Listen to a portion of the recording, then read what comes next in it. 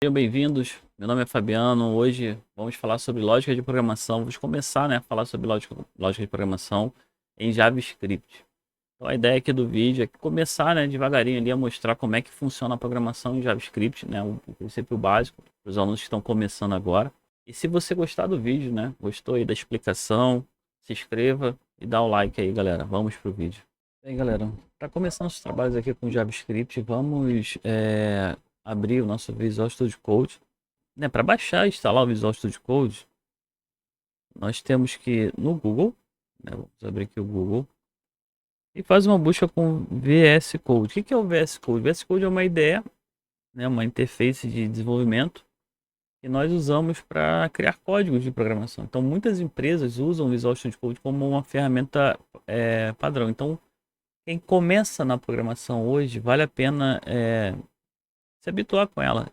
Existem outras ideias que você pode usar no seu dia a dia, mas essa aqui é uma das mais usadas e uma das mais fáceis utilização.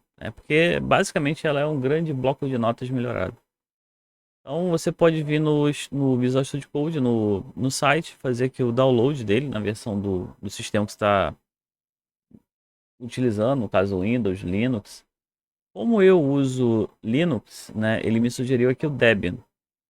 Mas no caso, se você usa Windows, ele vai sugerir aqui o Windows, né, ou o Mac. Se por algum motivo ele não sugerir, você pode vir aqui em outras plataformas, aqui nessa ferramenta. E aí clicando você tem todas as ferramentas disponíveis do Visual Studio, né? Tem que ir para Windows, para Linux e para Mac. Baixando ele vai aparecer o ícone aí na sua área de trabalho ou no seu menu iniciar aí do computador e aí você pode abrir o Visual Studio Code. Abrindo, é essa tela que você vai encontrar. Tem um tutorial, né, passo a passo de como configurar ele. É coisa simples, é cor e alguma coisa assim, você pode estar usando. Chegando no Visual Studio Code, o que nós vamos fazer, galera? Nós vamos abrir uma pasta para iniciar nosso projeto. Então, toda vez que eu começo a trabalhar com o Visual Studio Code de qualquer forma, eu tenho que apontar para ele qual seria a pasta de trabalho que eu vou estar executando naquele momento. Então, cada projeto meu, ele seria uma pasta de trabalho, uma pasta para desenvolvimento. Então, o que eu tenho que fazer aqui? Eu tenho que abrir uma pasta ou criar uma pasta no meu computador e apontar para essa pasta. Tá? Então, vou vir aqui no menu File, ou Arquivo. O meu está em inglês, mas você pode traduzi-lo a português. E em File você escolhe a opção Open Folder, é abrir pasta. Como eu uso Linux, então o gerenciador de arquivos é um pouquinho diferente do de vocês, mas é basicamente a mesma coisa. Você vai em meus documentos, por exemplo, cria uma pasta nova, né, chamada Projetos, e dentro dessa pasta Projetos, né, a gente vai colocar os nossos trabalhos. Então, como eu quero fazer aqui um tutorial de lógica, eu vou criar aqui uma pastinha chamada Lógica.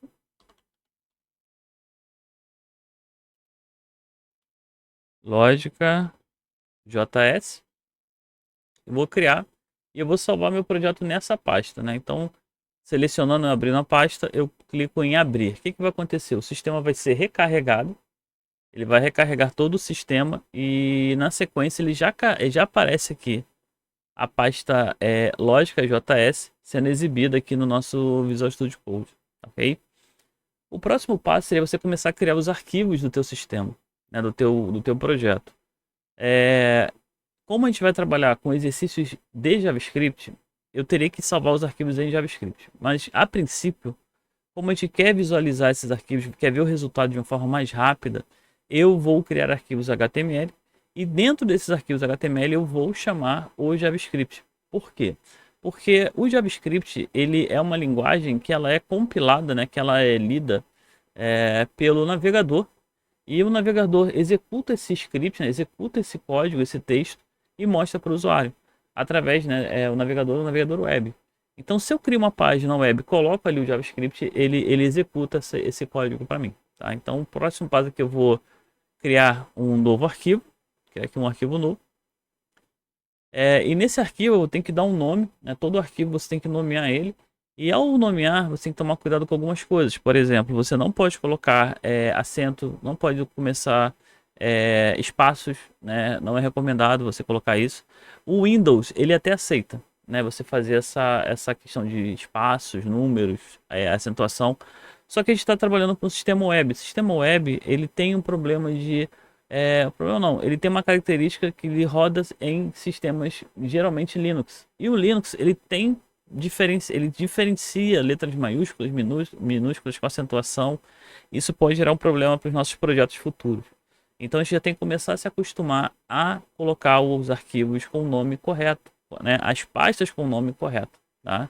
Então aqui a gente vai criar um primeiro exercício falando sobre o raio do círculo, né? Então a gente vai fazer ali um programinha que vai perguntar para o usuário qual raio que ele vai digitar e ele vai trazer para você a área desse círculo, né? Então vamos fazer um sistema ali de cálculo de área. Então aqui eu vou colocar o nome do meu exercício. Vou chamar aqui de cálculo área.html. Tá? Então, cálculo área HTML está tudo junto, não tem problema eu colocar junto. Eu até poderia colocar um traço aqui, tá, para separar. Então posso estar colocando traço aí para separar. Posso estar colocando underline também, não tem problema. O que eu não posso fazer é colocar espaço, né? E nem caracteres especiais. Posso colocar em letra maiúscula, mas a letra maiúscula tem que tomar cuidado porque o Windows não diferencia maiúscula de minúscula, mas o Linux diferencia, tá? Então tente sempre colocar as letras em minúscula, tá? Coloca sempre ali a letra em minúscula para você não ter dúvida na hora de chamar o arquivo ou manipular o arquivo para saber se colocou maiúscula ou minúscula. Então, feito isso aqui, eu aperto Enter. Ele vai abrir o projeto para mim, né? Tem aqui a tela de boas-vindas, eu posso estar fechando. Ele vai abrir para mim aqui o projeto, o arquivo em HTML. E agora eu posso estar começando a digitar o HTML. E dentro desse HTML eu vou chamar o JavaScript em forma de tag, né? Em forma de embarcado aí no HTML. Então, uma coisa que eu sempre coloco aqui, né? Eu coloco o comando meta char7. Esse comando meta char7 é para ele aceitar os caracteres especiais na hora que eu vou escrever mensagens para o usuário, né? E eu coloco UTF-8. Esse é um comando do HTML, tá, galera? Ele configura o teu navegador falando que você vai usar caracteres especiais como tio, cedilha, acentuações. E lembrando, essas acentuações não fazem parte dos comandos, e sim das mensagens que eu passo para o usuário. Então, quero passar uma mensagem com acentuação para o usuário. Eu preciso colocar essa tag de HTML, senão na hora de mostrar na tela ali do sistema, ele vai mostrar um monte de caracteres feios, né, fora do padrão. O próximo passo agora é adicionar, né, a tag script, e ela é uma tag composta, né, do HTML. O que significa isso? Que eu preciso abrir e fechar com barra script. Então eu abro ela com script e fecho com barra script. Isso fala para o HTML que todo o conteúdo dessa tag, né, desse item, ele não é mais o HTML, e sim JavaScript. Então dentro, né, dessa tag ali, daquele comando HTML, eu posso estar colocando agora o comando JavaScript. E qual vai ser minha tarefa aqui, né? O que eu preciso fazer? Eu tenho que calcular a área de um círculo. Então vou colocar um barra barra. O barra barra é um comentário em HTML. É um comentário para nós humanos e não para o computador. Que eu vou colocar aqui a frase, né, a tarefa que eu tenho que cumprir. Calcular a área do círculo e mostrar o resultado. Então essa aqui é a minha tarefa. Para calcular a área do círculo, eu vou precisar de π vezes raio ao quadrado. Então essa aqui é a fórmula para calcular a área, né? Π vezes raio ao quadrado. Bem, todo algoritmo, né, ele se baseia na seguinte premissa. O algoritmo, ele é uma resposta lógica em forma de etapas, serve para explicar e exemplificar aquele item para qualquer pessoa. Então, se você tem uma tarefa que você tem que cumprir, e você quer explicar essa tarefa para alguém, que você quer ver se aquela tarefa está correta, digamos assim, você pode criar um algoritmo que é um passo a passo daquela tarefa, que qualquer pessoa seguindo aquele passo a passo possa entender ou até mesmo comprovar que aquilo ali funciona, né? Vários exemplos de algoritmos usam a receita de bolo, trocar o pneu do carro, fritar um ovo, porque esse passo a passo, né, no final é esperado o resultado que consequentemente pode ser igual, né? Isso depende de como você faz, mas a expectativa é que se você seguir aquele passo a passo, né, no final você tem o mesmo resultado. Então aqui eu vou montar um item, né, que é para calcular, né, calcular a área de um círculo. Então vou criar um programa que toda vez que eu rodo ele me dá o cálculo da área do círculo. Então a ideia do algoritmo é essa: eu criar uma rotina, né, criar uma forma que toda vez que eu entro com o valor, né, ele calcula e me dá uma resposta, tá? Para resolver o algoritmo, a ideia é que você consiga quebrar ele em partes, né? Você consiga dividir ele em partes menores. E como é que nós fazemos isso na informática? Nós dividimos ele em basicamente três partes. A primeira parte é você definir quais são as informações que você precisa para poder montar para montar esse algoritmo, para poder resolver esse algoritmo. Então a primeira parte seria a entrada de dados. Tem que saber quais são a entrada de informação, quais informações eu preciso para resolver esse problema. O segundo passo seria o processamento, que é a solução que você vai dar, né, o cálculo ou então a manipulação de dados ali para você gerar a resposta. E a terceira etapa seria a saída, né, o feedback, a resposta que você está gerando ali para o sistema ou para o usuário que solicitou essa tarefa. Bem, eu tenho que analisar esse problema nessas três partes. Qual seria a informação, qual informação eu preciso para poder resolver essa equação aqui, para resolver esse processamento? Eu tenho que saber o valor de π e eu tenho que saber o valor de r, que seria o meu raio.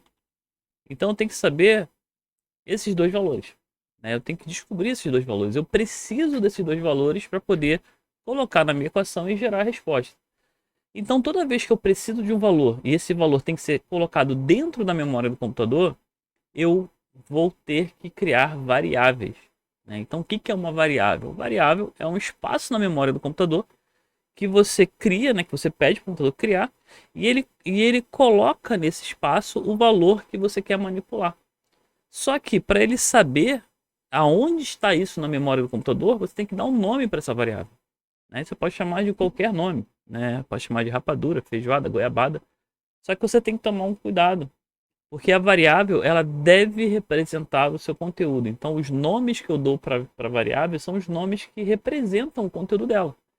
Então se eu quero guardar π, a variável se chama π. Se eu quero guardar o raio, a variável se chama raio.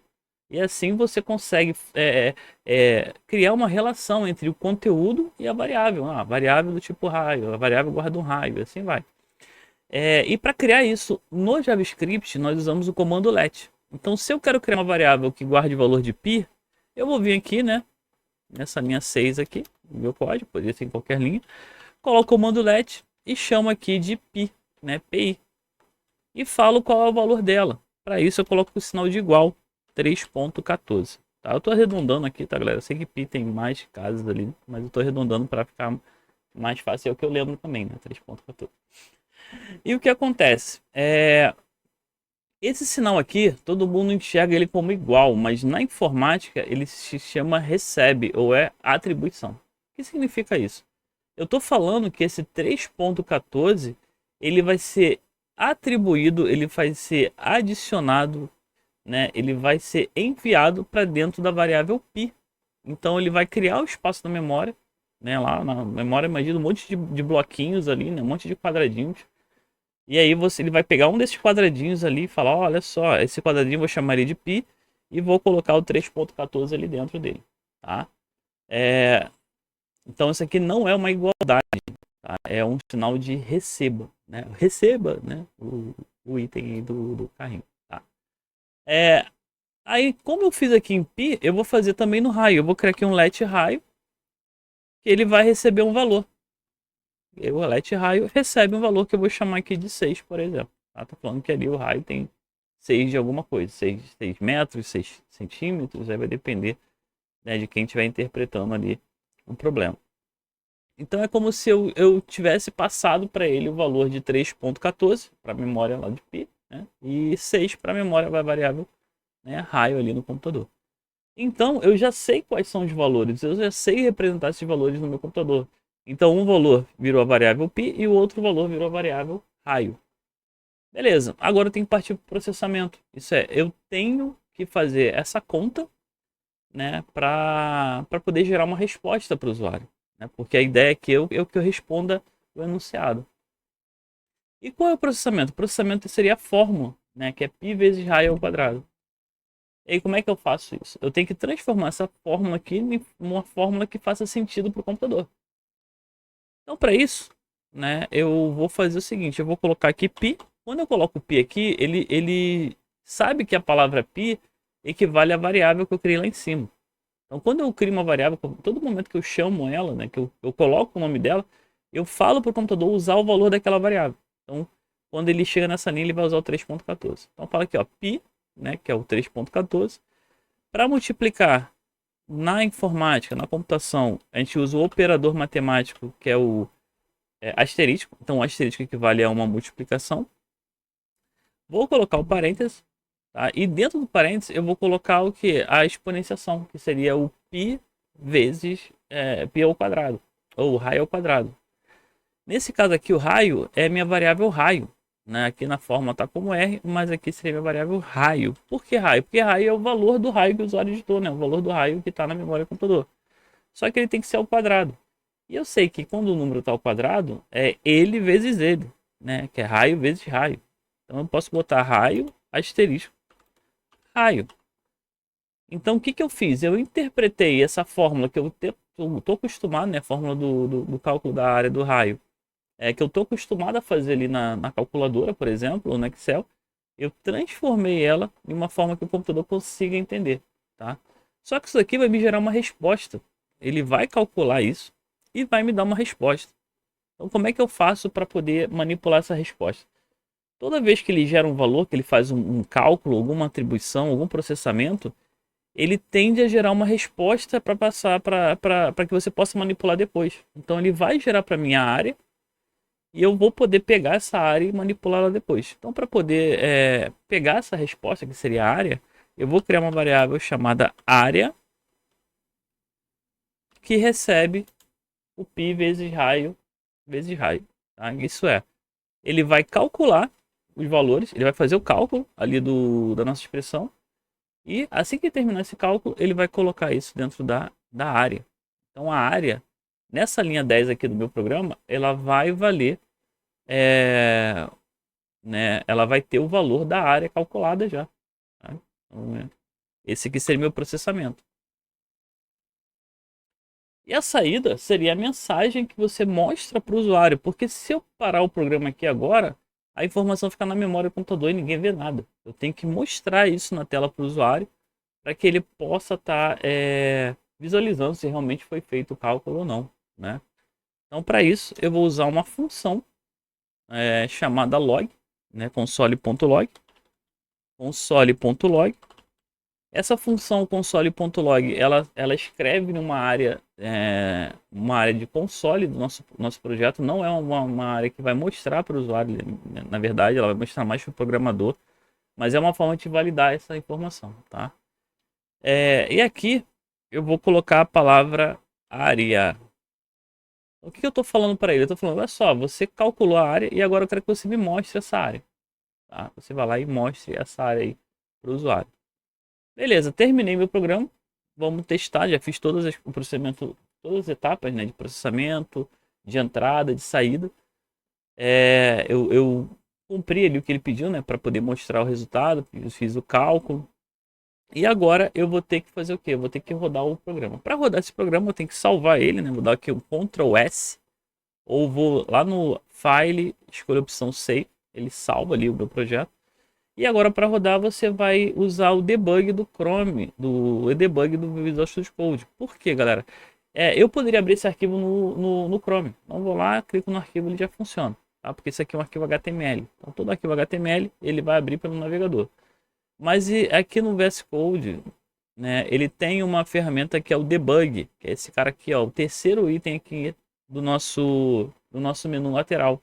O primeiro item são as pastas dos arquivos. O terceiro item ele é o debug. E o segundo item, quem quiser saber, é para fazer busca, né? Para você achar palavras e nome de arquivos ali no teu projeto. Então, né, como o teu projeto cresce muito, você pode usar ele para pesquisar ali palavras. Mas o terceiro item aqui é o debug. Ele roda o meu projeto de uma forma que eu consigo verificar se ele está certo, tá? Então, se eu clicar aqui no debug, ele vai abrir as opções e a primeira opção é Run e Debug. Isso é rodar e verificar se tem algum problema, né? Ver se tem algum bug. E aí eu vou clicar nele. Ele vai pedir para iniciar pelo Chrome ou pelo Edge, né? Nesse caso aqui eu já tinha configurado o Chrome. E aí ele vai rodar o código. Só que nesse momento aqui você fala, ah, não funcionou. Galera, ele vai rodar o HTML, só que na verdade, por debaixo dos panos, ele também rodou o JavaScript. Então, se eu for no navegador, na área de console, que é uma área de debug ali do código, é uma área que não aparece para o usuário, eu consigo ver o resultado. Então, se eu for aqui no navegador, pedir para inspecionar com o botão direito, ou apertar F12 no teclado, ele vai aparecer as opções, né, pedindo para me traduzir para português. Galera, eu gosto de trabalhar em inglês, tá? E aqui tem os elementos HTML, e aqui tem o console. Lembra que eu botei console.log lá na tela? Então ele escreve nessa tela aqui, ó, do console. Então muitos programadores usam o console aqui para poder ver se a informação está funcionando. A gente usa ele para poder ver o que está acontecendo ali no programa web, né? Então é uma forma de você poder mostrar a resposta para o usuário. Aqui apareceu, ó, 13.4, né? 13.04. Aparece aqui. Como eu rodei pelo debug do Visual Studio Code, ele também aparece na área de console aqui do Visual Studio Code, né? Então, se eu clicar aqui no painel aqui em cima, ó, nessa caixinha aqui, ele abre a área de painel para mim. E na área de painel eu tenho aqui o debug console, né? Ela aparece aqui essa opção. Então, quando você executa o debug pelo navegador aqui, pelo VS Code, ele aparece esse debug aqui para você poder também ver o resultado. Então eu poderia simplesmente dar o play e vir aqui e ver se está funcionando o debug aqui, tá? Bastaria eu ter deixado o VS Code, né? Ele é aberto, não precisaria estar mostrando ele aqui para você, tá? Mas esse aqui é um código muito simples, tá, galera? A gente vai melhorar esse código. Cada vídeo aqui eu vou estar melhorando esse código. A ideia é que você parta de um zero, né? A gente está partindo da ideia que todos vocês não sabem nada. Eu sei que alguns aqui sabem bastante coisa. Mas a ideia aqui é que a gente vai evoluindo esse projeto, né? Vai melhorando em cada vídeo para poder criar uma aplicação aí que realmente agregue valor ao currículo de vocês, tá? Se eu quiser rodar esse código de novo, né? Basta eu vir aqui, mudar o valor do raio, muda aqui o valor do raio, bota aqui 7, salvo o arquivo e vem aqui, ó, nessa ferramenta, que é a ferramenta de restart. Então, se eu clicar nela uma vez, ó, ele vai recalcular para mim o valor. Então, se eu mudar aqui o valor, colocar outros valores, salvar e der o restart, olha lá, ele vai calculando para mim, mostrando aqui o resultado. Quer dizer, a minha aplicação está funcionando, quer dizer, o meu código está funcionando, não tem nenhum erro. Se tivesse algum erro, né, se eu tivesse esquecido alguma coisa, salvado e executado, ele ia falar que tem algum erro no código, e ia mostrar qual é o arquivo e em qual linha está errado esse código. E eu sempre falei, deixa eu puxar aqui, eu sempre falei que ó, o erro está aqui, ó, aqui o erro. Eu sempre falei para os meus alunos que mais importante que você saber programar, mais importante que você saber programar seria você poder entender o erro. Então aqui está falando, ó, que o identificador pi não existe ou não faz parte do programa. Realmente, o pi aqui não faz parte do programa porque não faz sentido para ele. Ele não conseguiu identificar. E aí ele fala que o erro está aqui na linha 10, aqui ó, linha 10, né? Tem um erro. Ele aqui já marcou para mim, né, com vermelhinho, mas imagina um código gigante, cheio de linhas, cheio de referências. Como é que você descobre? Então, a partir do erro, deu erro lá no console, o console também mostra o erro para você. E aí você vai lá ver qual é a linha que tem, linha 10, e qual coluna, tá? Então, linha 10, coluna 15. Tá? Aparece aqui embaixo também, ó, não sei se vai dar para ver, mas aparece aqui embaixo qual é a linha e a coluna quando você clica no item aqui, ó. Cliquei aqui no pi, ó, linha 16, né? Porque 15 seria o pi, a primeira linha.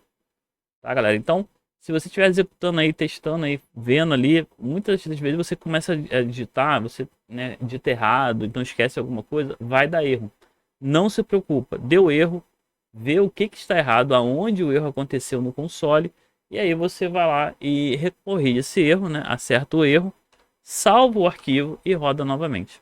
Ok, pessoal? Ó, salvo o arquivo, salvei e roda novamente. Tá dando erro ainda. Opa, apaguei aqui sem querer. Salva e roda de novo. Agora foi. Agora voltou aqui no. Eu colei sem querer uma linha aqui.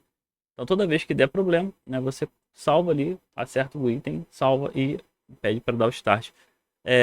Como a gente não tem uma interface gráfica bonitinha ainda, né, mas a ideia é que a gente comece a trabalhar com as lógicas dos exercícios, comece a criar mais exercícios sobre essa questão da área e outras assim, tá ok?